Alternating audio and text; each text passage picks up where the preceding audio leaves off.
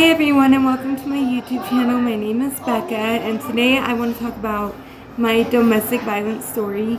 It's been exactly 5 years ago today when it happened, April 1st, 2017. And so we were only together for 3 months when it happened, and I just want to talk about my story. I want my voice to be heard. I will never be silenced. I want to bring awareness.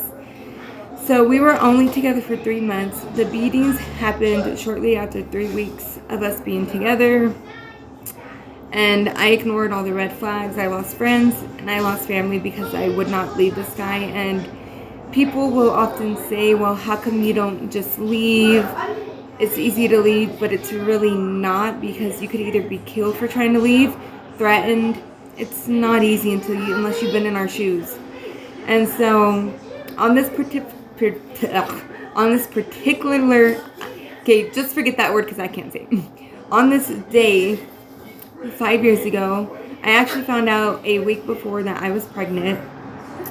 And on this day, he was drinking a lot this day, and I do not know if he was under the influence of something else because he was acting really weird.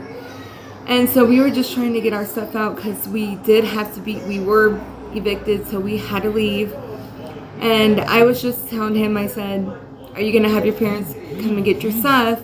And it's like, when I said that, it's like something ticked off in his brain and he just got mad. Because then he said, so F my stuff, huh? And then he just like threw stuff, and then he started kicking me into the hallway, and I was crawling all the way to the bathroom. My phone was ringing. I'm like, that's my mom, and he's all, I don't care. So then we got to the bathroom where he kicked me really hard in my stomach, and I lost my breath. I couldn't breathe. I was doing everything I could to get him to stop, so then I tried to say that I was bleeding, and that didn't faze him at all. He then grabbed me by my face, repeatedly punched me in my face, and then I was laying on the ground, and he just proceeded to step on me. Like, I was laying down, and he was holding me down with his foot, with his shoe on, and then he grabbed me by my hair and was repeatedly banging my head against the bathtub. It was only then when we heard a loud noise, so he stood up and he walked out of the bathroom and was just staring. So then I got up and I was like, okay, he's not coming after me. There definitely has to be someone in the house. So then I walked out of the bathroom and I just seen a cop there holding his gun up, and he was saying, freeze, put your hands in the air. And the guy was like, I didn't do anything. And so I ran straight outside where my mom was. She seen me, she started screaming. And then so the ambulance came, and the cop actually came up to me when I was sitting outside, and he said, just to let you know, if you're not going to press charges, I will, because of the extent of the injuries. And I said, no, I'm going to press them. And then so I was taken to the hospital, and I was taken into a room. And I remember them just telling my mom, you need to calm down. You need to calm down. And I just remember my head hurting so bad from what I had endured, from it getting slammed against the bathtub. And they came into the room and they're like, I need you to not look at your face. Please just don't look at your face. And of course, I looked at it and I should have just listened, because my eyes were beaten, like they were so swollen. My face was literally out to here because it was so swollen. And so they said, I want to do a CAT scan to make sure everything is okay because of what had happened. And so they did a CAT scan, and he came back and he said that this part of my nose right here was broken. And they said that they wanted to keep me overnight because when they did a CAT scan, they had seen what could have been a possible brain bleed. So I stayed the night, and they did the repeated CAT scan again in the morning, but it was, the little spot they had seen was gone. So they released me, and I was staying with my mom. And honestly, I did not leave her house for a month because I was the talk of the town. Everyone knew what happened. Some people were making a joke out of it, which I think is disgusting. You should never joke about someone getting beat up just because you liked the person who did it.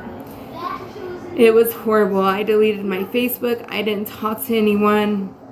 And the cop would be over every other day to take pictures of the bruises, because I was literally bruised up to here all the way down to my feet. I had bruises everywhere.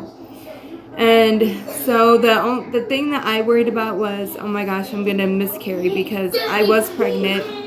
I was still early, and honestly, I was scared. But I did not end up miscarrying. I did have a healthy baby. But people were rude. A lot of people were telling me to abort the child, that why would I want the child just because of who the dad was. And I'm like, the baby didn't do anything. I'm not going to have an abortion. But people were just so nasty to me. It was just horrible. And so while I was waiting for the court dates to happen and stuff, I was going to my doctor appointments, and the first prenatal appointment I had, he said, I want you to go to your eye doctor because one of your pupils is like way bigger than the other. He said one of my pupils was bigger than the other, and still to this day, I believe it is kind of bigger than the other, so there could have been some damage. And so I got my eye checked out, and then the pregnancy was very stressful. I was just so stressed out, and eventually I kept calling the prosecutor, and I'm like, can these be put off until after I have my baby? I'm so stressed. I just don't want to appear in court. And he said he would take care of it. So he called me and said that he ended up taking a plea deal, which was unfortunately only a year in prison. And they actually let him out in 6 months. And so that really sucks, honestly. I think domestic violence needs to be taken so much serious than what it is, because it can damage you so bad. Like, it took me a year to just be able to look people in their eyes, and I still struggle with it. My PTSD is so bad. It took me a long time to show people the pictures too, because a lot of time people would make jokes about it. I showed this one girl my picture, and she's like, ugh, you look like you're made up for Halloween. And I'm like, oh my gosh, like, it was horrible. So I just want to bring awareness, and I'll never stop using my voice, especially for those that can't use theirs. And domestic violence is a very serious thing, and I hope that if you were in that situation and you got out, I'm proud of you. I know it's not easy, but I just wanted to share my story, and I hope it could help some people. And I hope you guys like this video, and I'll see you in my next one. Bye. Thank you.